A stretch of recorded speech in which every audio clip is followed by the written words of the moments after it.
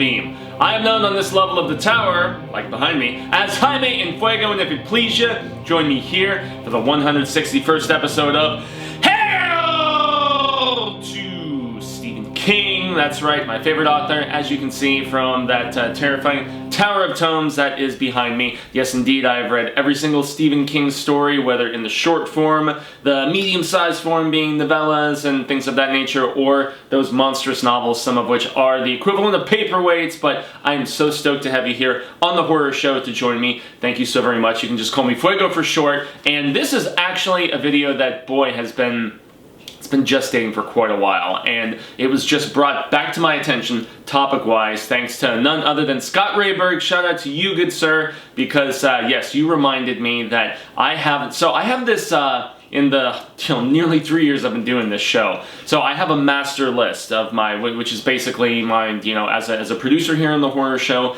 and specifically of this show in general. And this one is my baby. This is the one that I do on the lonesome, and whereas Cecil is the workhorse behind pretty much everything else on this program, whether it's trailer reactions and reviews and things of that nature. This is the one that I kind of he lets me run free and do my own thing with, which is cool, start to finish. And so I have, I guess, a production list of just possible episode ideas and things like that. It's constantly changing and being added to and altered and stuff like that. And one episode idea that has been sitting around for quite a while is minor characters that need their own bigger story. And I would definitely list her here, if not for the fact that she was just given her own story, as King announced just a couple weeks ago when he was making his appearance in Minneapolis. But yeah, If It Bleeds is going to be a story that is all about none other than Holly Gibney, an amazing minor character that was in like 4 of the last 5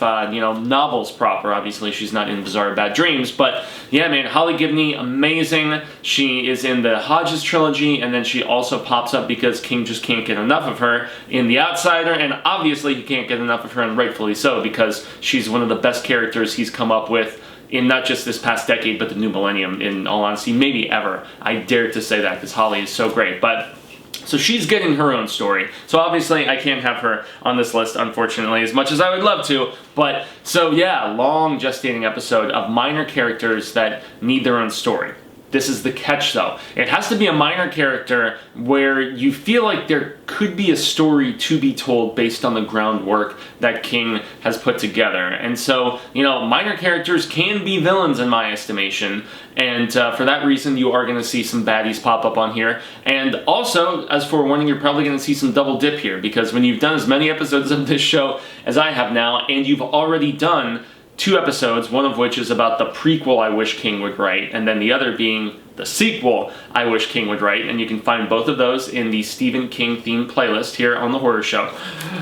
So, for that reason, it was just like, God damn, where do I go with this? What do I do with this? But back to Scott's comment, and this is in no particular order, everybody, okay? Just FYI. But Scott Rayberg's comment basically was, after we got done with the most recent book of the month, which was Hearts in Atlantis, he said that one of his biggest takeaways was the fact that Carol Gerber was one of the most interesting characters that he had seen King write in a while, and also that he loved the interconnectivity of all the characters and whatnot. And the cool thing about Carol is that we meet her initially in the, Low Men in Yellow Coats story, which starts and makes up the bulk of Hearts in Atlantis. And so you meet her as, she's basically the girlfriend, but then again, when you're like 11, 12 years old, it's like, what is a girlfriend? It's really just like a girl that's your best friend that maybe you've like kissed on the Ferris wheel or whatever, like Bobby does in the story. But so Carol has this arc that basically begins with, the male abuse of these 3 kids, these baseball kids that, in my estimation, under the power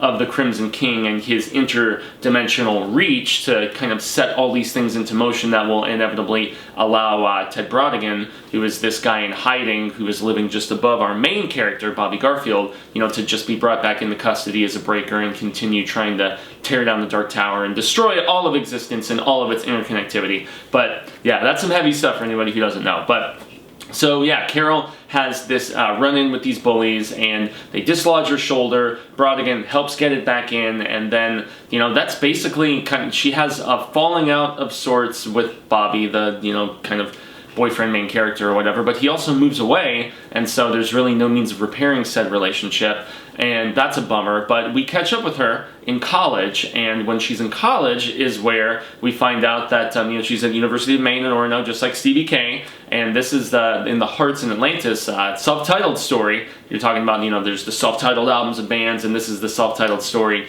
in Hearts in Atlantis, and Carol gets involved with some counterculture people, and as we find out through just newspaper clippings and other character recollections as we jump through the Blind Willie story especially, that's where we get the most about what happens with Carol after she leaves college at UMO.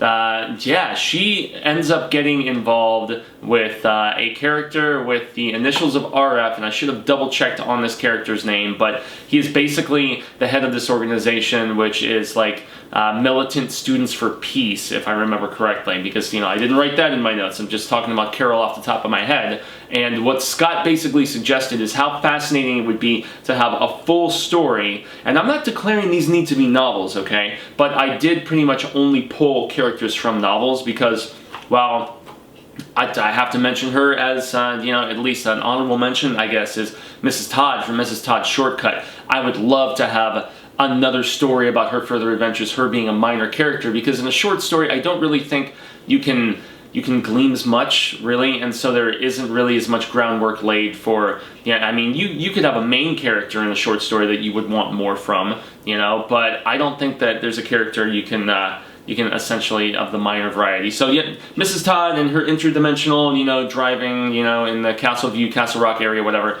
That's fascinating. That's awesome. I would definitely include this on the list, you know, if not what for. But yeah, so Carol and her running around with this other guise of Mr. RF and accidentally bombing these, you know, chemical places where they're making stuff that's used for Agent Orange and some of these other chemicals being used in Nam. I would really love to see a story from King's perspective about what happened with Carol from the time she gets mixed up with this militant group and is just running around and learning how to get dim, as she says in our final story. That would be fascinating. That would be so dope, and somebody even brought that up in the live stream of Hearts in Atlantis as well. So how dope would that be?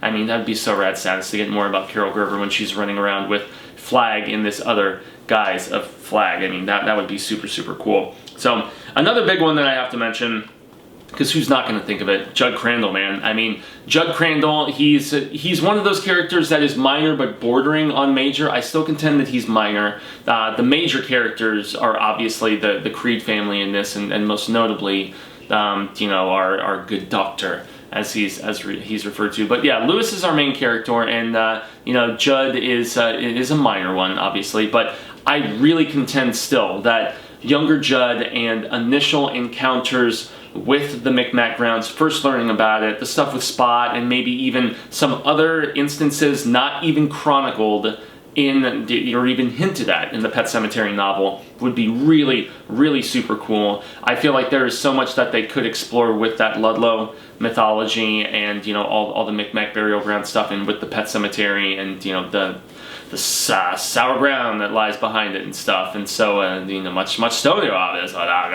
I would love to see that, and I know that there were some murmurings about because the Pet Sematary remake was a box office hit, they're trying to figure out, you know, what more they could do. Would it be another sequel like what they did with Mary Lambert previously in the 90s, where they brought on, you know, John Connor himself, Mr. Eddie Furlong, or would it be a prequel exploration? I still, if they're going to do another movie, I would probably want to, you know, just go way back even before Judd and explore some, you know, early period, like really heavy period piece type stuff. But if there was going to be another story, whether novella or whatever, I think just further just misadventures of Judd with people getting involved in the Micmac grounds and maybe trying to stop people, I don't know, just him as a main character, and further studies of that I think would be super dope. So another big name that I have to mention is John Coffey from The Green Mile. Now I know he's obviously a minor character. He's not at the forefront of this tale. You know, he is, as far as, you know, the two girls that he's accused of having, you know, having been responsible for this horrible crime of, you know, killing and, you know, other stuff as well. But yeah, a younger version of Coffee, maybe first discovering some of these things, maybe being helpful in a similar fashion, you know, to what we have in the back half of this, as, you know, it's really fully realized the extent of his power and his kindness. I think a young John Coffey, as was put to screen so wonderfully by Michael Clark Duncan, you know, there's certain, obviously, you know, Frank Darabont, man, pretty much anything that he did Stephen King wise, or even beyond that, you know, beyond the 3 films that he's adapted, he really made this his own. And, you know, with his casting director and just going for Clark Duncan was just amazing, inspired casting, and I will always think of him as that particular character and in that particular role. And a younger version of him, I think it could even work, you know, on screen in some sort of way. And I would kind of like that more so and explored in some of these, you know, like Castle Rock, you know, just playing in the sandbox, whatever situations in comparison. But who knows? Who knows? Coffee, I think, would be awesome, and specifically to explore a younger version of him where he's first starting to realize the extent of the power that he possesses. I think that would be super, super cool. Another one that I have to mention is none other than caretaker Grady from the Overlook Hotel from The Shining. Now, just to let everybody know, it's been a while since I've read it, because it's been a while since I actually picked up and had, you know, the actual reception of The Shining Anniversary Edition that was done by Cemetery Dance. They included the, you know, before the play and all that stuff, which was really cool. I've never discussed that stuff properly, you know, the additional manuscript that was omitted from The Shining and yet put back into that CD Deluxe Edition with Dr. Sleep, about 6 months away now, so June, July, August, September, October, November, yep, exactly. We are very close to the release of Mike Flanagan's sequel to The Shining novel, not the Kubrick film, just one thing to keep in mind. But Grady specifically, the only tough thing with choosing this is for the sheer fact that we know that he went crazy, and, you know, very similar to what goes down with you know, Jack Torrance, not to be confused with Jackie Torrance from Castle Rock. Anyway, we kind of know what's going to happen, so, you know, I don't know, maybe there's too much telegraph there, and maybe it's good to actually just mention an entity as a minor character, because the Overlook in and of itself is in fact a character. And if I'm gonna go to that extent, I would probably say just Derry is a minor character. Derry itself, the town, and shit, I could go for the shop being a character in and of itself, despite the fact that it's an entity. And if we're just going to mention those 3, those big overarching just monstrosities of evil, just all being of various degrees and capacities and whatnot, yeah, I mean, Grady and just some sort of prequel Shining sort of thing. And this is where, you know, I knew I had to tread lightly with, you know, prequel stories that should be written and whatnot. But yeah, I actually would like to hear the Grady story and maybe some nuances to it, or maybe even tell it from the perspective of the guy who does the interviewing with Torrance at the very beginning, and, you know, maybe he sees like just the pattern of different things. Maybe it's not just from the Grady perspective. Maybe it's from workers, like some specific worker at the hotel's perspective. Maybe some long-standing maid or something like that, and she sees just a pattern of caretakers, you know, going down even beyond Grady and Jack Torrance. I think that would be really dope. I know at one particular point they were developing an Overlook Hotel film where they were basically trying, it was going to be a Shining prequel, and it was going to explore all of that mobster stuff, all the other crazy shizzle that went down, you know, in that notorious room, and just the energy surrounding the hotel in general. But, I mean, specifically, I don't know, this is me just reaching for something, even though I don't love The Shining like a lot of people. I personally prefer Dr. Sleep. I feel like there's enough rich mythology where there is a minor character of the evil entity, perhaps, that is the hotel, you know, or some worker of the hotel that I think would really warrant some additional, you know, discussion and examination and so on. If we're gonna keep in the evil realm and so on, and I guess I did mention the shop in Derry, and I would be remiss if I wasn't just gonna say, you know, the shop was a big point in Firestarter and a minor point in The Mist, and then, you know, we also got a little bit of flavor in, you know, like the Golden Years, but that just really, the Golden Years was a massive disservice, you know, courtesy of CBS and Stephen King writing directly for screen.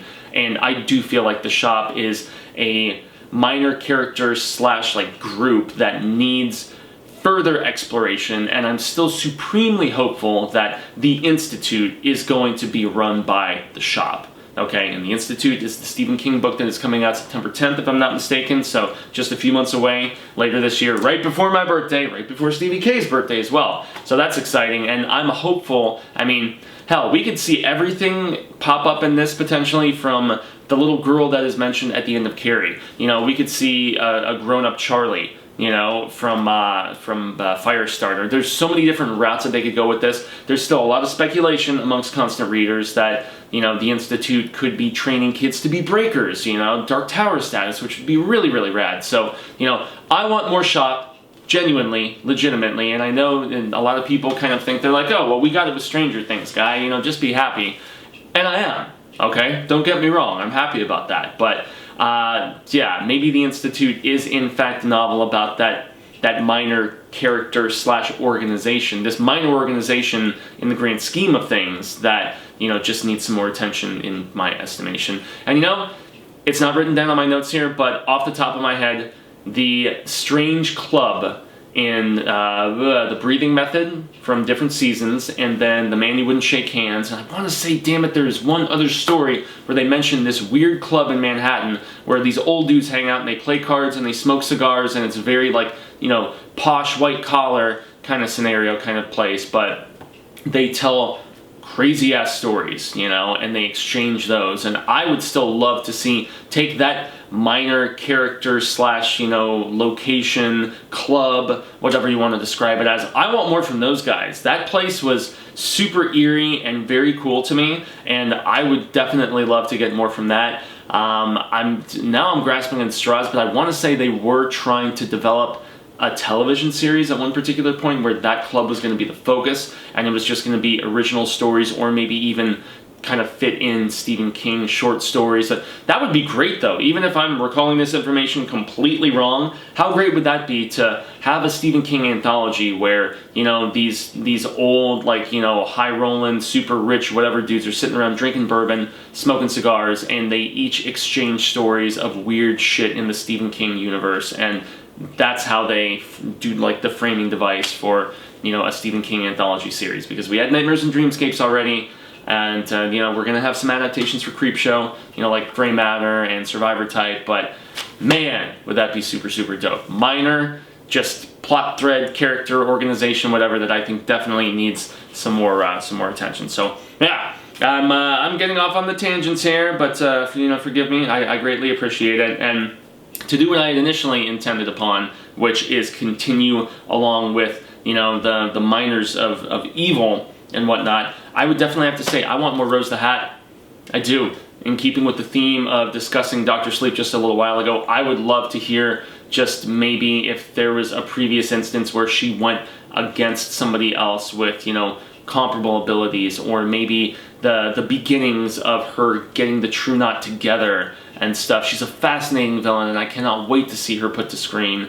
And much like a few of the last, you know, couple names that I have here on this list, it's just, I feel like with a lot of these villains that they weren't major characters, you know, because there wasn't always I would say a character has to be a major character if it is told primarily from their perspective for a good chunk of the book. And if I'm going to use that criteria, I could even throw Flag on this list. You know, I could throw, you know, Leland Gallant on this list. You know, I could, if you don't have a ton of the narrative told from their perspective directly. Now, granted, we have Flag's chapter specifically in The Stand, which is really cool, and there's a couple other, you know, passages and entries as well, but it's really primarily told from the perspective of all these other characters, whether it's everyone in the Free Zone or his subordinates or whatever. But I would love more Rose the Hat, man. You know, some sort of prequel-ish, you know, maybe when she first, you know, comes upon her powers, or changes, or whatever you want to describe it as, you know, maybe who changes her,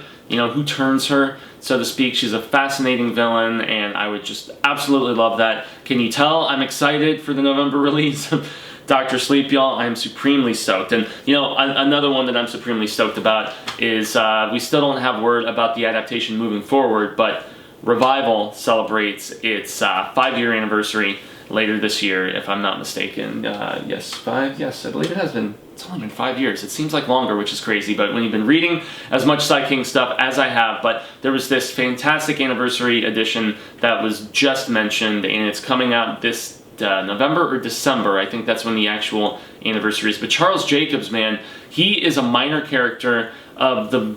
He's not quite a villain, though. You know, he has this horrible scenario befall him where, you know, he loses his family in this extreme and just horribly heart-wrenching fashion, and then his fascinations start to take him over, and I would love to see more of him, like, especially, you know, where he's going around being a televangelist. I would love to see a further, bigger snapshot of that specifically. I think that would be incredibly fascinating, you know, maybe told from a perspective. I mean, how dope would it be to just have an anthology with all of these different, like, shorter takes on these iconic minor characters with them as the focus, but from the perspective of another character?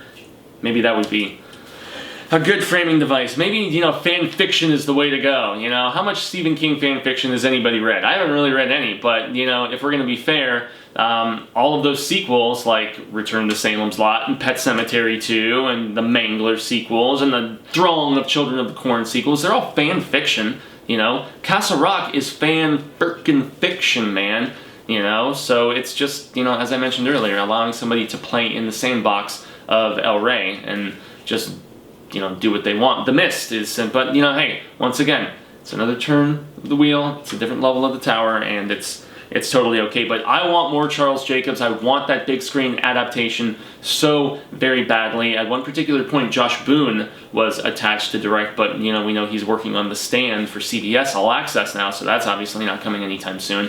But yeah, the two names attached at that particular point and upon the initial announcement were Russell Crowe and Samuel L. Jackson. I just don't know what I think about that particular casting, but didn't come to fruition. But I think Boone is still working on a script to some capacity, or has at least floated around a few drafts. But yeah, the plight of Charles Jacobs, but specifically the window of opportunity that I feel like has that storytelling just need and necessity and opportunity is where he was televangelizing and going around, and I think that would be really, really fascinating. And another one that I guess, in hindsight, it is happening, but younger Annie Wilkes, this is fan fiction being put to good use in the fact that a younger Annie Wilkes is going to be played by none other than Lizzie Kaplan for Season 2 of Castle Rock, and this is one where, once again, just like with Scott Rayberg earlier, I have to say, hey, somebody had a really good idea, and I have thought about this idea before, but never vocalized it, and somebody else with more money and, you know, grander ideas of execution, they got to it. And I mean, from all the crazy backstory, you know, we get when you're looking at the newspaper clippings and the stuff where, you know, you realize Annie was killing people and Sheldon is finding all this stuff out, and it's just, there's so much lore to comb from there, you know. And just, yeah, her as a younger, like, super psycho that's more just hands-on and risking, you know, her own livelihood with her negligence and with her just bloodthirstiness and everything.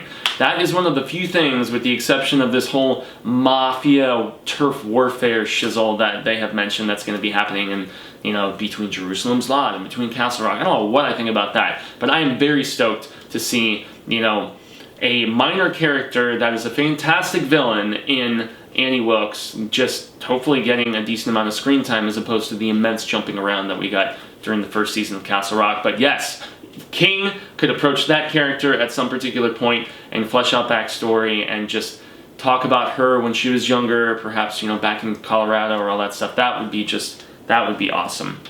And I can't get through one of these without mentioning Leland Gallant. I think I mentioned him on both prequels I would love King to write and sequels I would love him to write, because of the fact that I think Needful Things is so insanely underrated. He's in my probably top 5 Stephen King villains of all time. And the fact that he gives in Needful Things, you know, the fact that he is back to, like, biblical times of running amok and mischief and doing just these crazy things with turning people against each other, and just the whole puppetry aspect and whatnot. I definitely feel like, as far as minor characters go that bordered on major characters of the villainous variety, Leland is the one that King has to come back to at some particular point. And spoilers,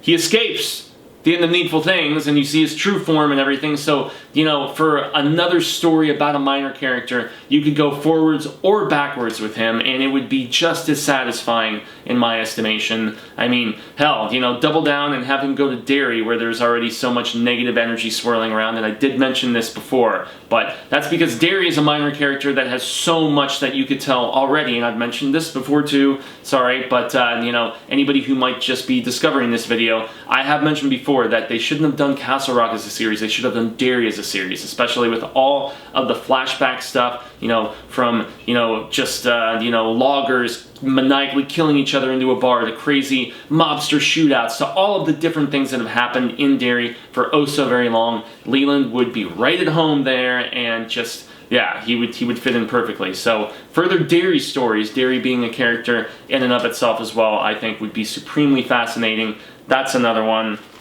And I think we are circling around to the end of my list. I mean, how could I not mention Flag, you know, in hindsight? He is one of those bordering major characters, but he is minor enough in the fact that there hasn't been enough story told as him.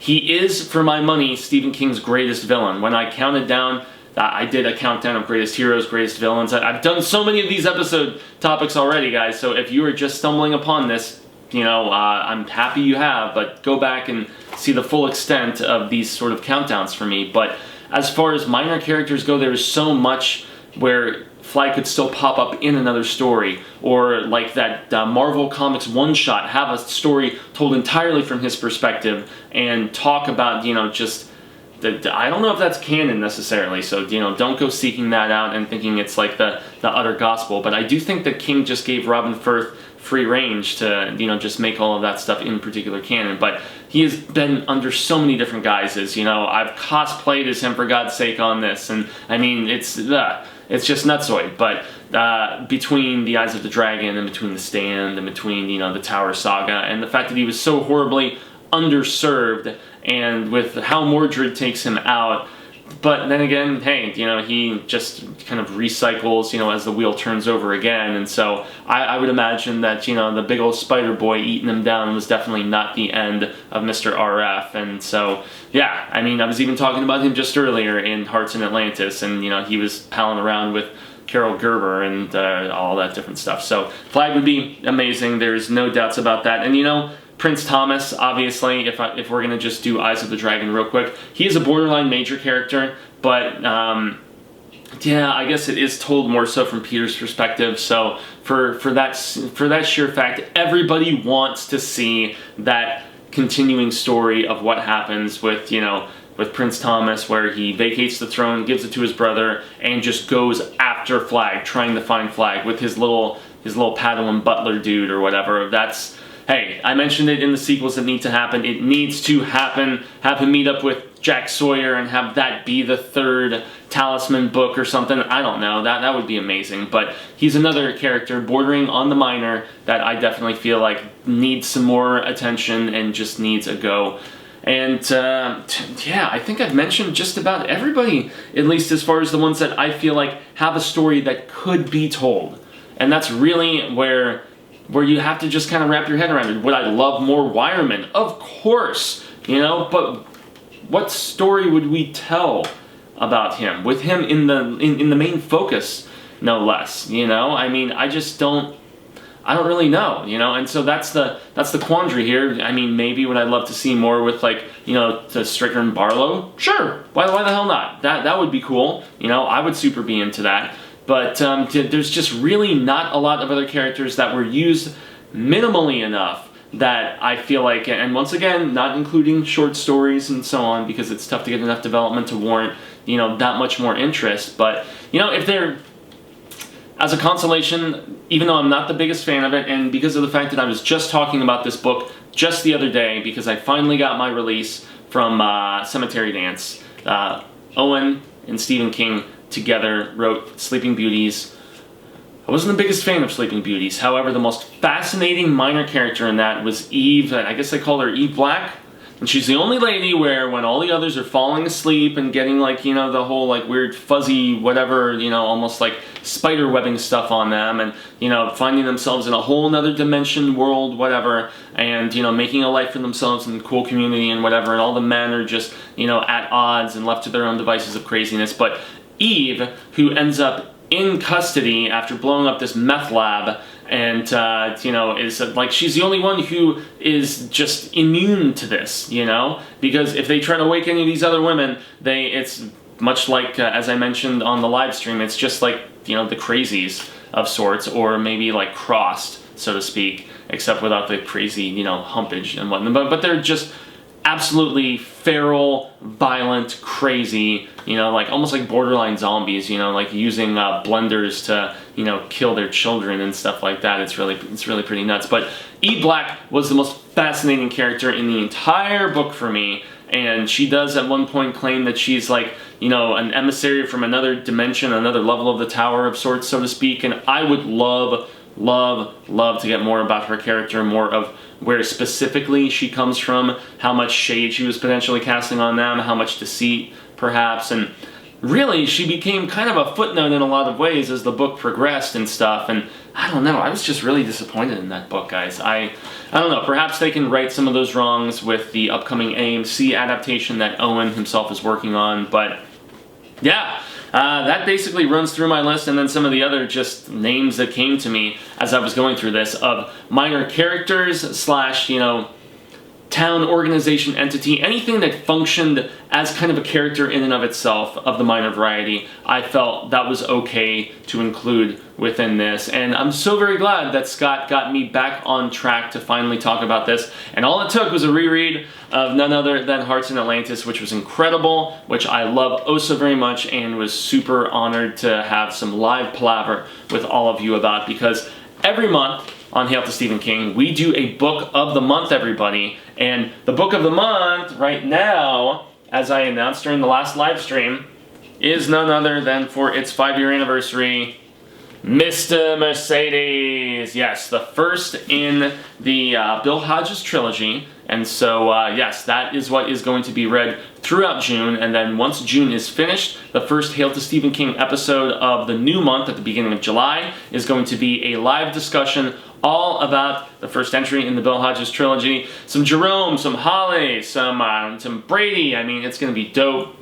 Cannot wait to properly explore this. We also just found out this past week, just like today, yeah, that's right, I was posting that just today, that yes, we have a premiere in September for the 3rd season, which is going to be following Finders Keepers, the 2nd book in the Bill Hodges trilogy, which is actually, as much as I really love Mr. Mercedes, I prefer Finders Keepers by a small margin, because it just deals with that whole insane fandom aspect, kind of has some misery vibes to it and stuff. But yes, just to clarify and reiterate once more, that's right. This is our June book of the month here on Hail to Stephen King, and I need to do like a proper video about that and let everybody know. But I've just been busy binging Nosferatu on AMC, and we're going to be filming a review of it tomorrow. Myself and Cecil, I have just a couple episodes of it left. If you have AMC Premiere, which basically entails already having a cable or satellite provider and signing up for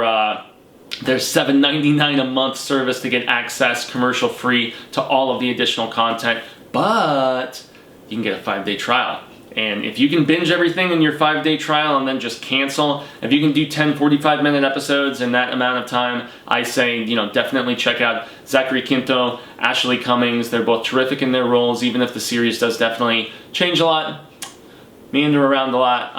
Yeah, you'll hear my full thoughts with Cecil very soon, sometime this week, no less. But I have been Jaime and Fuego. You can find me on all social media sectors like Twitter, Instagram, Facebook, here on YouTube, but not just on the horror show.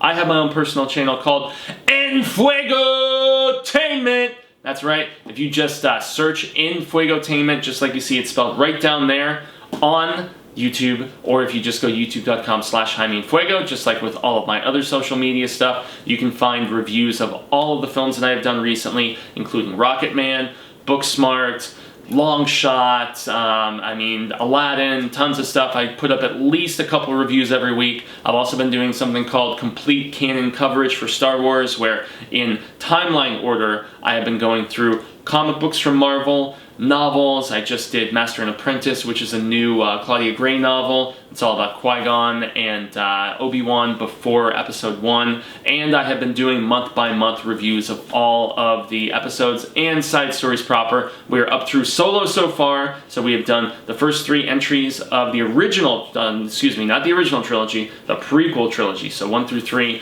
along with the animated Clone Wars, and yes, obviously Solo. Next up is going to be Rogue One, which I'm very excited about because that is my personal favorite since the Disney acquisition of anything Star Wars that they have put out, so that's going to be dope. But obviously you're here on the horror show, so you want the spooktacular Shia. That's right, and we appreciate you being here for it. I do this program twice a week, every Terrifying Tuesday and every Scarific Saturday.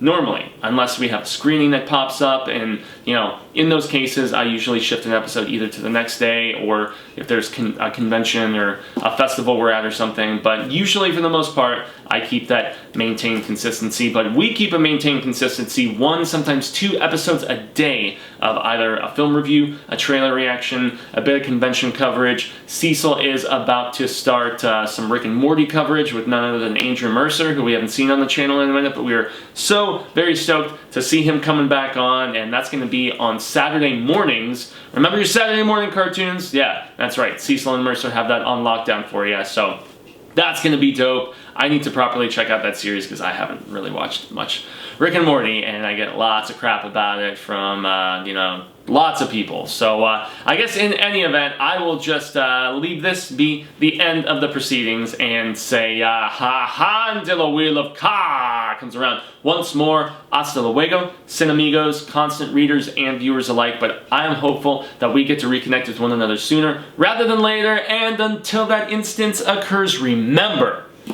stay scared and read Stephen King. Come read with me. Read Mr. Mercedes with me. Facebook, Hail to Stephen King. Join up.